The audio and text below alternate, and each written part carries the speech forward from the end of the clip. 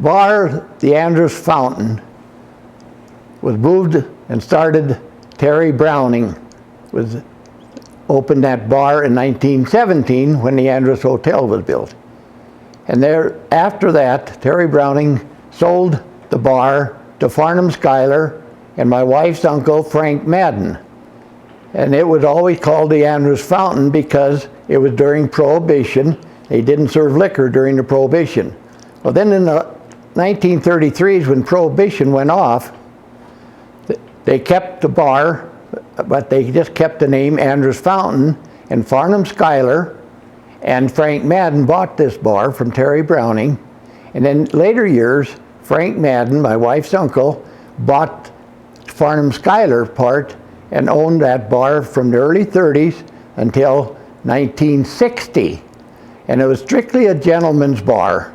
The women were not encouraged to come in it, but all the business, ranchers, primarily businessmen from town, always met there. It was a gentleman's bar.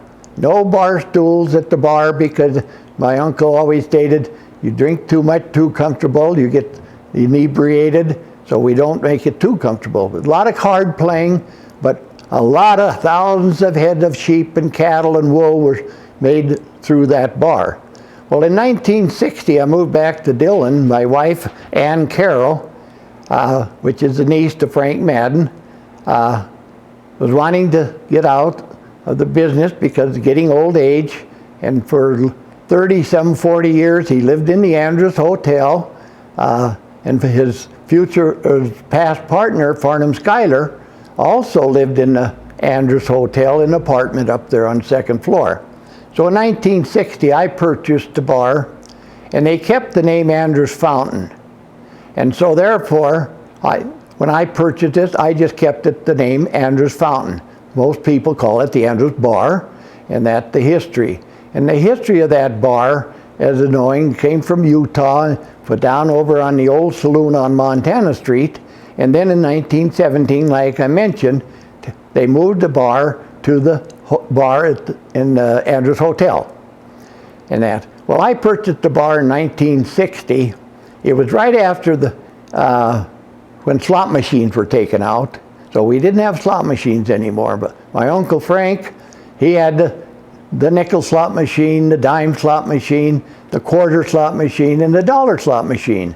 And he said he never had a 50-cent slot machine because he said if they could afford it, they'd put $1 in it.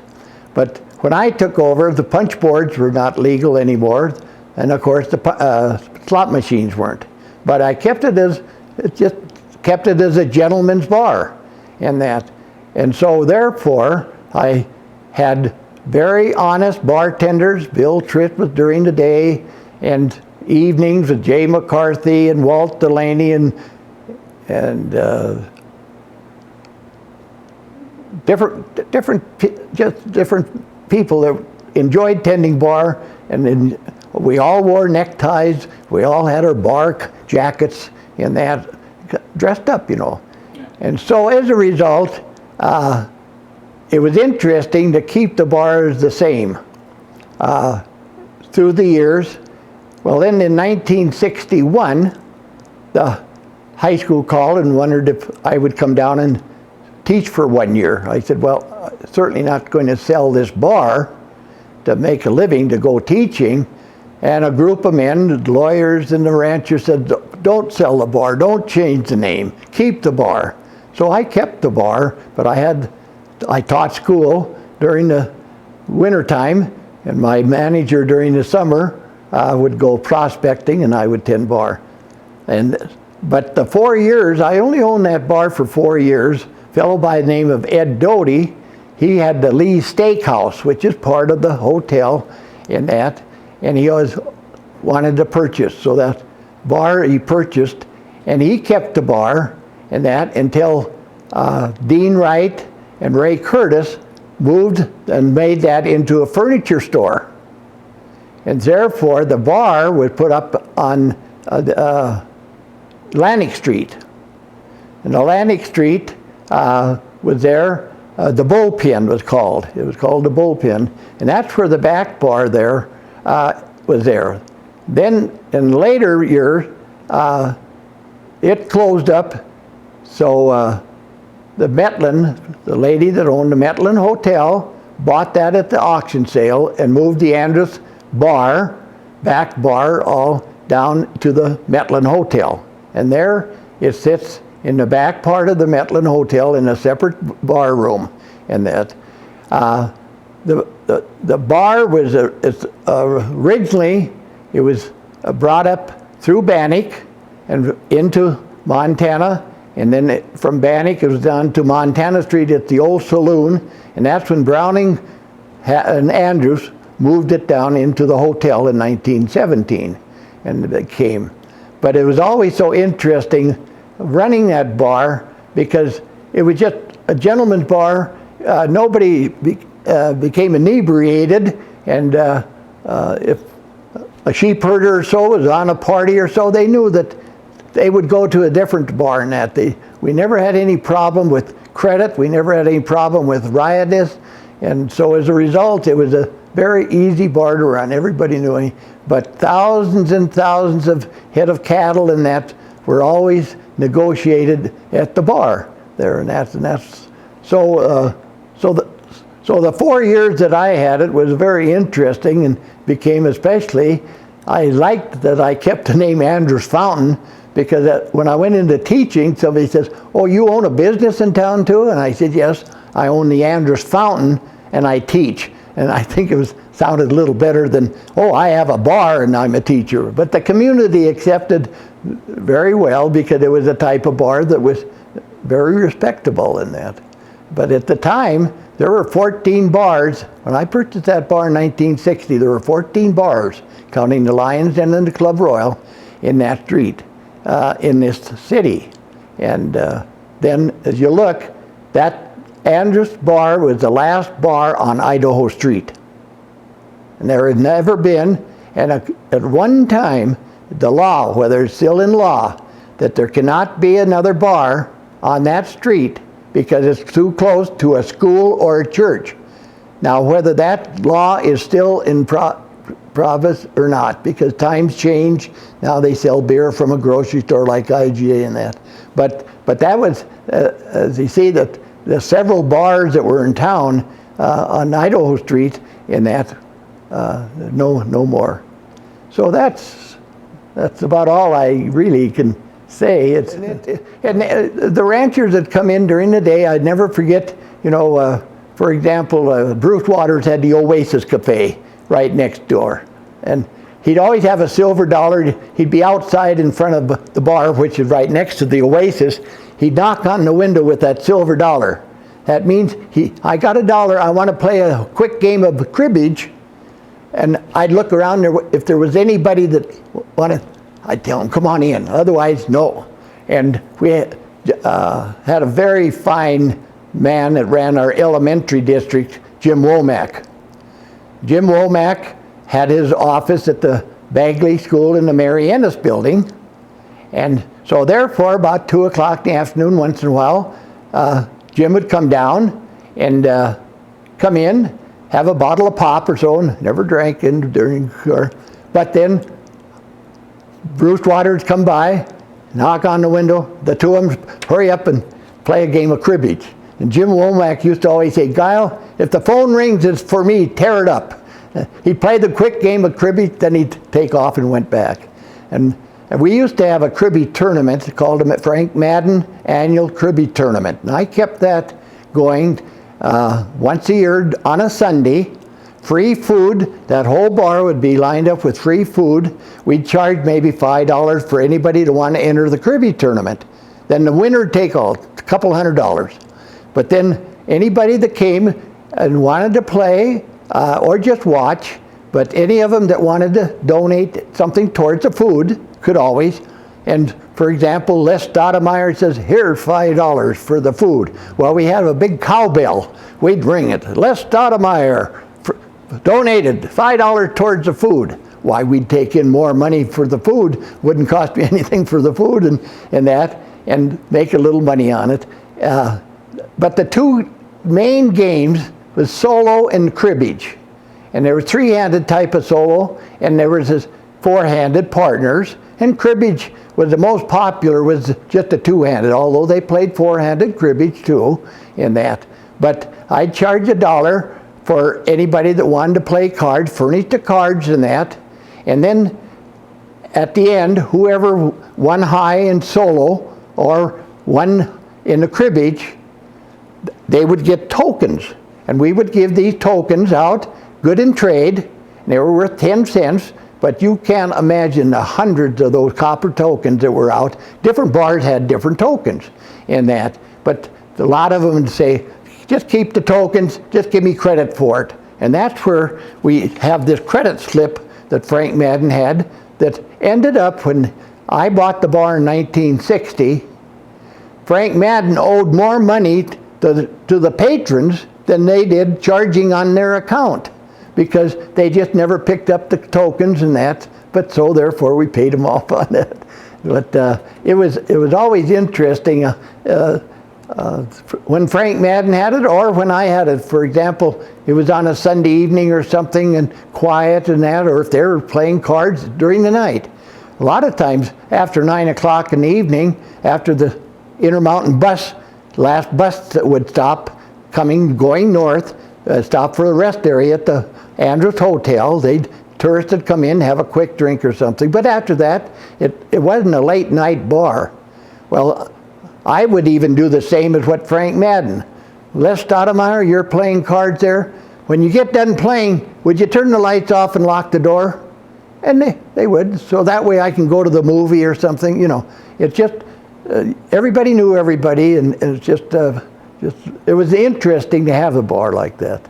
And it's, the prices of the drink, 25 cents a bottle for Western beer, 35 cents a bottle for Eastern beer. Now, Eastern beer was Miller's High Life, Schlitz, Pabst Blue Ribbon, the Hamm's beer. Hamm's beer was a big seller. And that Western Coors beer was not in, and it didn't come into Montana until 1963.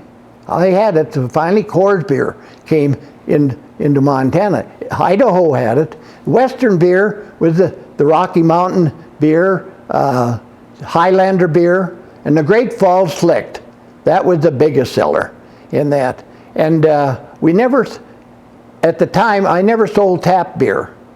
There's a round hole in that bar, on the plank of the bar, and that hole was used at one time for tap beer, but then when Prohibition went in, that hole, they put up a big keg of root beer, and it had tap of root beer. Now you look at that back bar, or the front bar, the plank, here that hole is plugged up with a piece of wood and that's where the spigot would come down, and they'd serve either, later years had tap beer or they had root beer and that. When I bought the bar in 1960, I still served milkshakes from the time that they had it during the 30s and that. And so people just, if they want a milkshake, we'd have a milkshaker and that. But the different drinks made from ice cream and that, so the price-wise was 35 cents for a highball and that, and a short beer, one of these little nips that it was called. Miller's High Life had the nips, and Great Falls in that, it was half a pint in that. I think it was 20 cents, 25 in that. But and a lot of my regular customers always buy the third drink. You know, if they come in that, a lot of them say, oh, I don't care for another one now, thanks and that. But it's just kind of a family affair. Knew everybody in that. But so price-wise, you know, cigars. I sold a lot of cigars. I had a cigar case as you come in the front door, and that, and it's humidifier and that. And like my uncle told me, he said, you never, when they want a cigar, you take the box out and let them help take the cigar out. Because in the old days, earlier days, of course, cigars weren't wrapped individually like that. So you never wanted to touch them with your hand and sell it. Well, through the year, naturally come in that. But there was interesting, I won't mention any certain names, but this one fellow, very prominent businessman in that, he always liked to buy this one certain cigar, 3 for $1.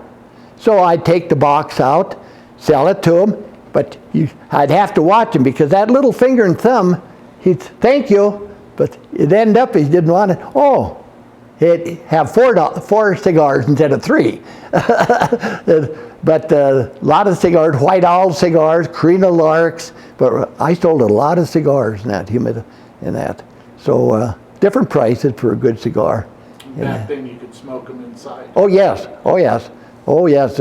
Everybody seemed like everybody smoked cigarettes and that. That's one thing my bartenders never drank. Like my uncle always said, Gile, the whiskey's made to sell, not to drink. So I never drank when I was tending bar. And my bartenders, if they were wanting a pack of cigarettes, they take it and they'd put it down on their ticket.